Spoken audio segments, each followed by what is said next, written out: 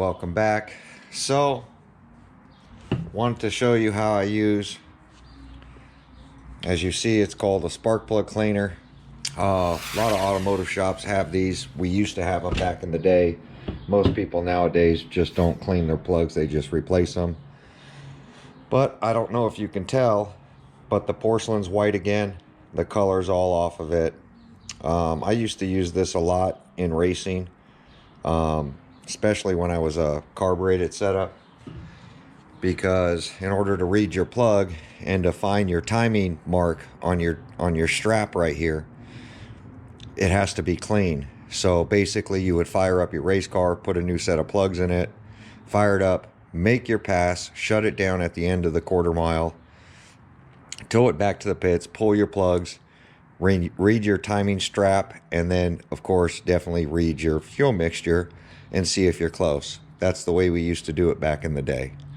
So it's something you can still do nowadays, but a lot of people just don't. They just throw these things away and replace them. I just clean them, get all the carbon off of them, reset the gap, just clean it all up, and these plugs will last forever.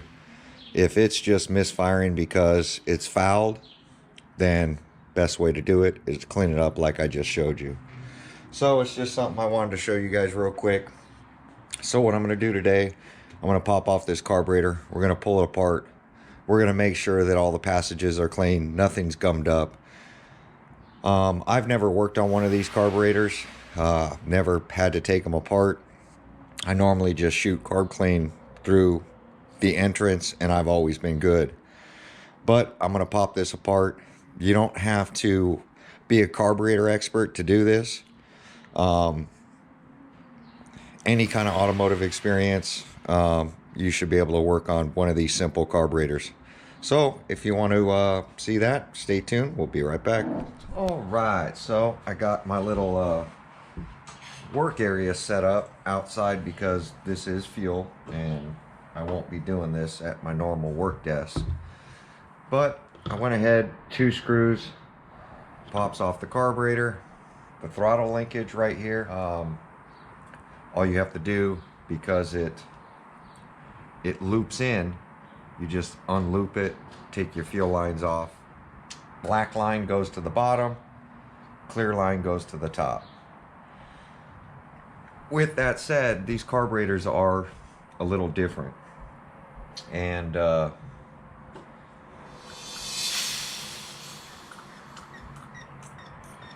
get this fuel out of here. What I mean by a little different is they're going to take vacuum to basically, when the piston's coming up, the back side of the piston, the bottom side of the piston is going to take one of the holes and suck in, and it's trying to suck in fuel. So your primer bowl on top, what this does, and remember, I'm no expert. I just understand mechanics and carburation on automotive. And over the years, anything that I take apart, I can pretty much kind of look at and see what they're going for. So that's what I'm explaining. Could be a little wrong here. So this is a Walbro. So here's your primer pump.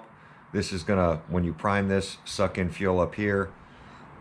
Your low and high needle and seat, when you screw them in, there's passageways that go from this bowl down to, from this primer bowl down through the carburetor to the metering area, which here's your metering area. Fuel's going to come in here. And the reason I know that is because when I open up the butterfly flap, I don't know if you guys can see this. I have to look in order to know what's going on. Right in here, the hole, there's a hole right down in there on the bottom. So I know that fuel's going to be coming up from the bottom. So this little passage port is blocked off, but this one is not, which means here's going to be your suction, which is going to be the bottom side of this. This is going to provide some sort of suction to suck the fuel from the top to the bottom, and then with air flowing through this, it's going to squirt out fuel from the bottom there, basically spraying up, and it's going to atomize into the cylinder, which means the air and the fuel is going to mix. So these metering screws, which is your low and your high, they are marked L and H. So the longer one is your low. When you screw these things in, the tube that runs from here to the bottom is going to be pinched off. So if you screw them all the way in, it allows no fuel to come down. As you unscrew them out, it allows that fuel tube to put more fuel to the bottom. There has to be some sort of float leveling system in here, which means when it gets to a certain point, if there's too much fuel in here, it closes off the passage. So it's probably going to be done under pressure. Yeah, that's what I would imagine. Something like that. So this is kind of like a bowl down here, is the way I'm seeing it. First thing I always look for on a carburetor is make sure there's no shaft play. This is a rod that runs through, and if you have shaft play in any of this right here, that's going to allow unmetered air to come in and create an issue. So the other thing I notice is that you can see a slight bit of air right in here. And what that is, that's your idle screw. That's down here. That's on this shaft. So this shaft has a spring back here, and that's going to allow this to always stay closed. That spring breaks, this isn't going to stay closed, and you can end up with a high idle. So that's just what I'm seeing. Preliminary report. So what I'm doing is I'm making sure that that passage down in there is free and clear. That the fuel coming from here to here and up in here is not all gelled up. I'm probably going to take this off, take a look on the inside, and make sure that there's nothing messed up. There could be screens in here, or there could be a screen up here when the fuel goes in to collect any kind of dirt coming from your fuel tank. So, and we have to keep an eye when we pull this off. As you see, this arm's attached. So when we take out that screw, we'll have to get the tension off of it, take this bowl off, and then this is going to wrap around, and we're going to count how many times it relaxes. I imagine it'd just be one full turn for that pressure, but definitely keep an eye on that. So the first thing that I like to do is I want to open up my jets. So I'm just going to unscrew them so that those passageways are free and clear. There's nothing blocking them. If there's dirt in there, this is what's going to happen. It's going to stay there. I'm trying to pass this dirt through if there's anything gelled up in there. So I'm going to blow this clean. This thing's dirt all over it.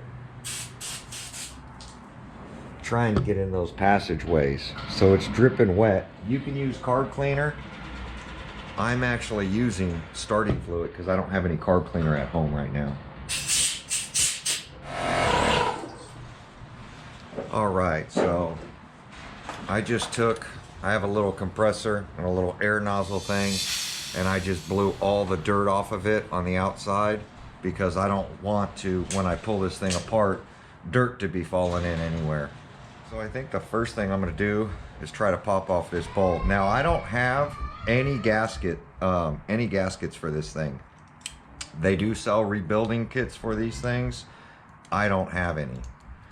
I'm hoping I don't bust a gasket or any of that stuff. If I do, then I will definitely have to order the kit, but I'm hoping I can just clean this thing up and reuse all these gaskets because I haven't heat cycled this thing very much. I think it's only ran 3 times.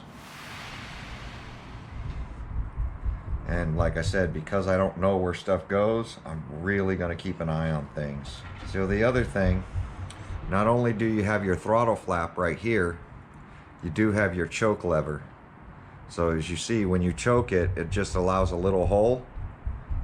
And then when you unchoke it, it allows full air to flow. So we're going to keep an eye on which way this fuel line goes, same as this side.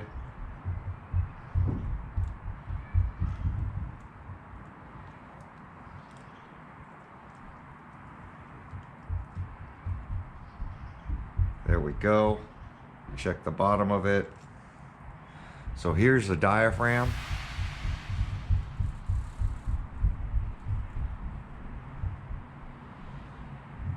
Hopefully the diaphragm's not sticking down.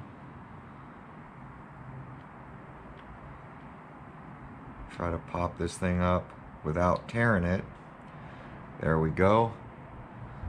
So little star thing facing down. So this is where the metering side is. So here's your metering side.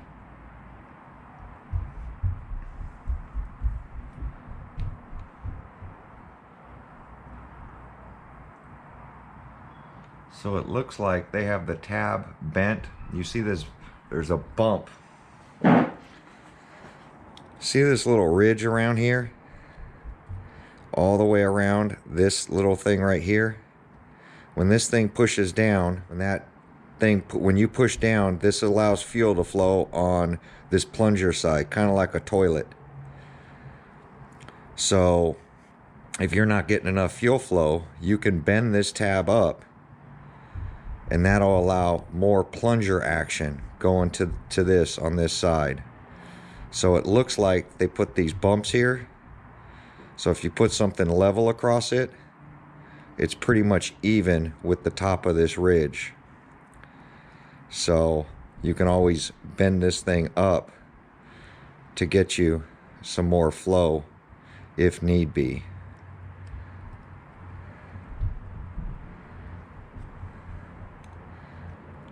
And it looks like they have it set up pretty level with that.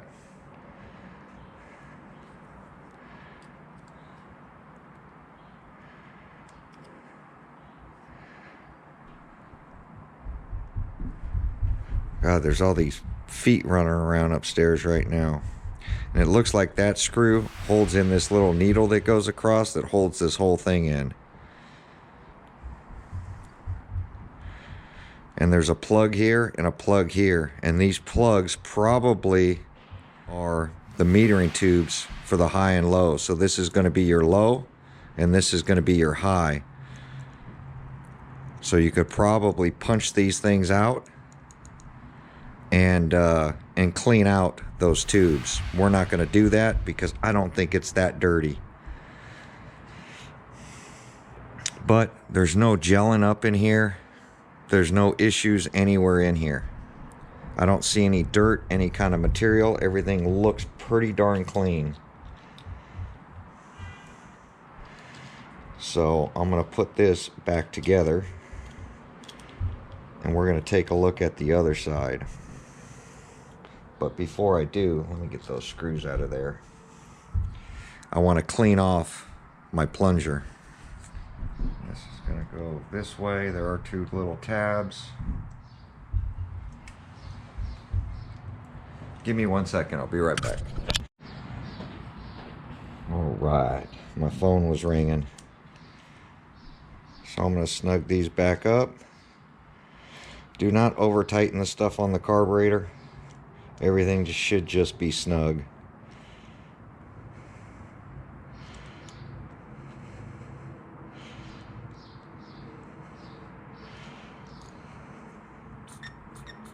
Plunger still works. We're good to go. All right. Now I'm going to go ahead and take some tension off this. I'm going to leave the adjusting screw where it's at for idle.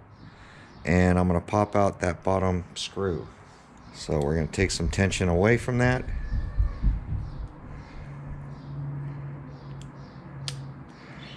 And yeah, that pops right out.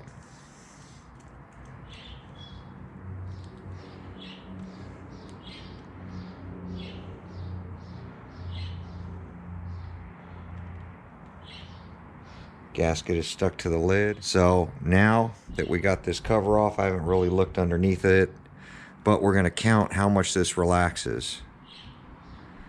Oh, well, I didn't take off the flap, so it's just gonna hold it there. That's pretty good. But just like I suspected, right here is a screen, and there's dirt in this screen. I wonder if I can get that screen out. God, there is a lot of dirt in that screen. There's a lot of sand right there in that screen. So I'm going to get that cleaned out. I'd like to blow it from the other side.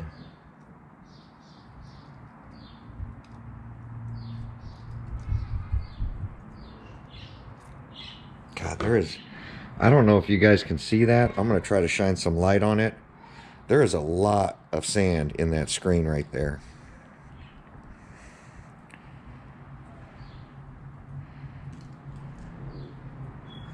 I don't know if you guys can see all that sand that's in there, but there is a lot of sand in that screen right there. So that's dirt and debris that's catching it before it goes in there. So we're gonna get that cleaned out real quick. Now I'm just blowing the screen dry.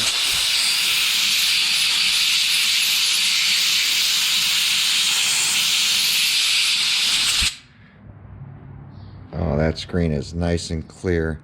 And there's a passageway. Let me wipe my needle off. So there is a passageway right here that goes into this metering hole right here. And then here's your atomizing jets. Looks like right here. Is that where the jets go up? So that's the screw hole.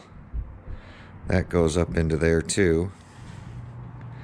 Is that my atomizing jets? See, these look like they're jet holes right here. These look like the high and low tubes coming down. But make sure all these holes are clear and no dirt, no debris is in anything under here. Just a simple way of cleaning it without having to know or take anything. Look at this whole bottom thing is a screen. Let me get this cleaned off. You can see this whole thing is a screen and there's little dirt speckles all over this. So we got that blowing off now. So it's gonna go this way. It's funny, it's got these little flop over things. Will this gasket come off without getting damaged? Because I need to reuse them. Yep, and there's some debris in there too. At least I think that's debris. So right here looks like there's debris. Yep, big chunk of something in there. Probably when they assembled the carburetor.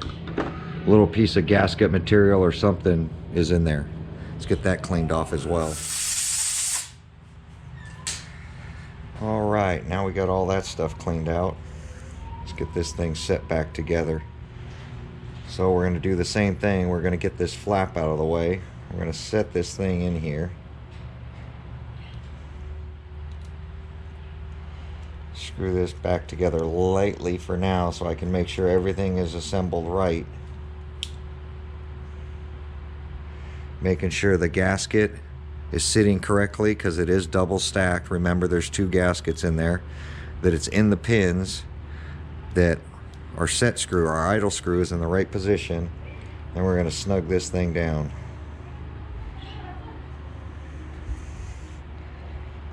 That one I kind of want to make tight. There we go.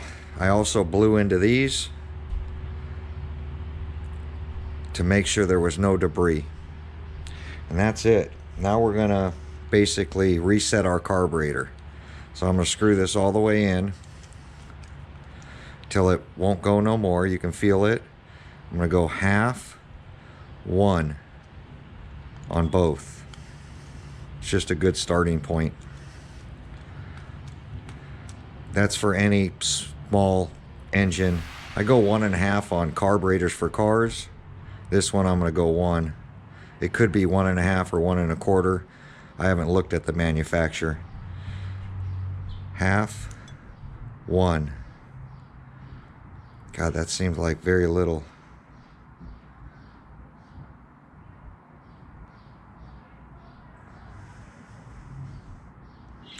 Half, 2, 1/2, 1, 1/2, 2. Nah, I'm gonna start off with 1, 1/2, 1.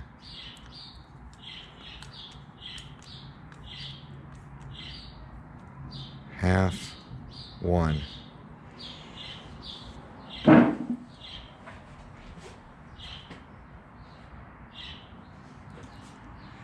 I'm going to take a look at the one over here. Yeah, one's a little tight.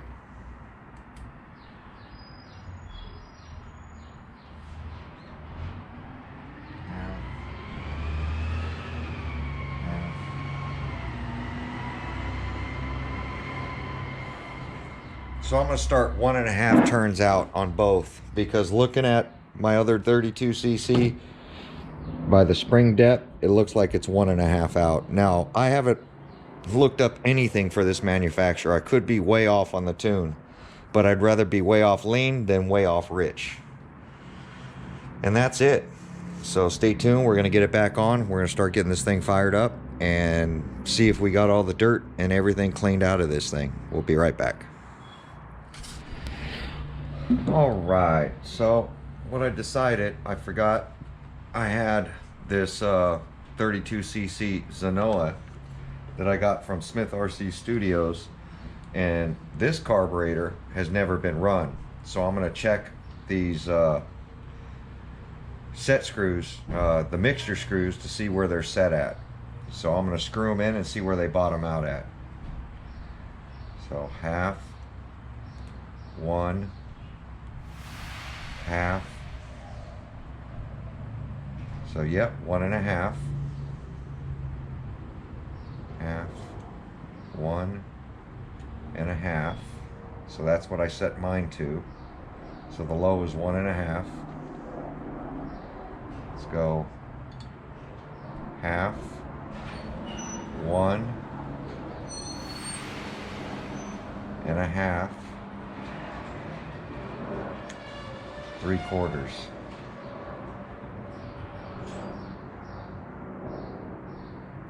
3/4, 1/2, 1.5. So let me check these, because I believe I set it to 1.5, 1/2, 1/2. Yep.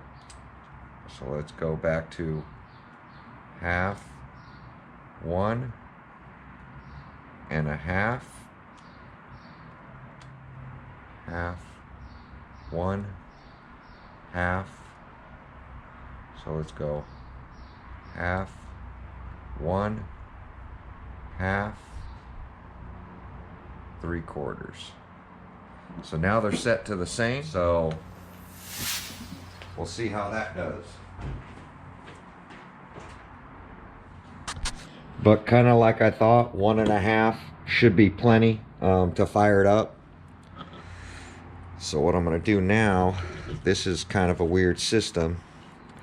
So this thing has to go through here, the flat part facing up, and our carburetor is going to go on this way.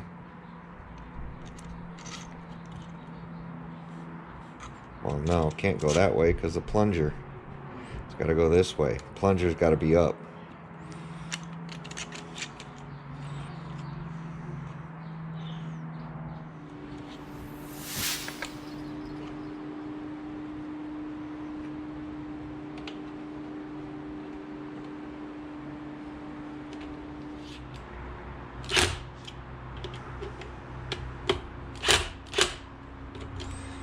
Now these you really have to check.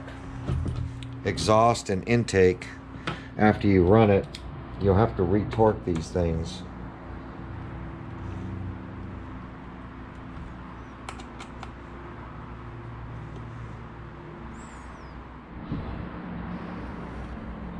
And then I need to check my endpoints on my servos. I'm gonna have to adjust this because I was having an issue where it was putting too much pressure on that rod.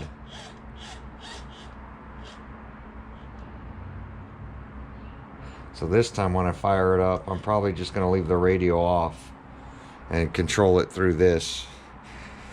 So we got the new plug in it, got the carburetor cleaned out, got the tank cleaned out. The other thing I want to check is there's a vent hole right here on this. So the way to check that is take your little ball deal out. I'll throw that in there. Man, there's dirt all around this carburetor lid. That's probably where the sand is coming from. But you guys probably can't see it, but I can see the outside. You see that? See how it's dark right there? And when I let the light in,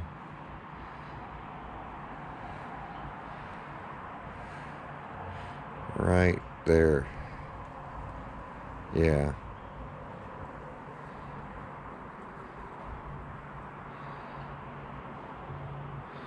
Yep, you can see right through it. So we'll get this plunger put back in here. And I did clean out the inside of the tank. And then I'm going to get some fuel in it, and then we're going to fire it up and get this thing tuned. But there we go. That's going to end this episode because the video is probably getting too long. Next video, we're going to fire this thing up, get the carburetor tuned back up. We should be ready to rip with the DBX LE. There you go, guys. Like, comment, subscribe. Let me know if this is going to help you. Remember, I am no expert. I'm just a mechanic, and I usually can get away with doing stuff like this. And I feel most of you guys can too. We didn't tear down the needle and seat out of that. If I would have seen more dirt or things plugging where that little rocker deal was, pull the screw out, pull that out, clean out through the passageways. I just didn't see that much dirt in it. I think the air filter had a lot to do with flooding the car, but I also feel that the sand coming from this, and it's probably coming when I unscrew this, I'm noticing there's dirt all around here, and that could be traveling through my fuel into my fuel lines. Probably where I'm getting sand into it. And of course we found a little bit of like leftover assembly gasket material in the bottom metering area is what I like to call it. But there we go. Let's see if this fixes it. Like I said, I think these carburetors are only 50 bucks, but that's $50. I think you can buy a rebuild kit for like 10 bucks. So it might be worth rebuilding these. Always keep yourself a spare so you could swap it out, and then when you have time, rebuild one of these. Somebody was also saying make sure that you don't use ethanol fuels. I don't. I use trick race fuel. I keep it in gallons here. But you know, it is what it is. Ethanol fuels will work. Pump gas will work. It'll just start corroding stuff, drying O-rings out, drying stuff out. It creates longevity issues. But there we go. Like, comment, subscribe. We'll catch you guys on my next video. Thanks for watching.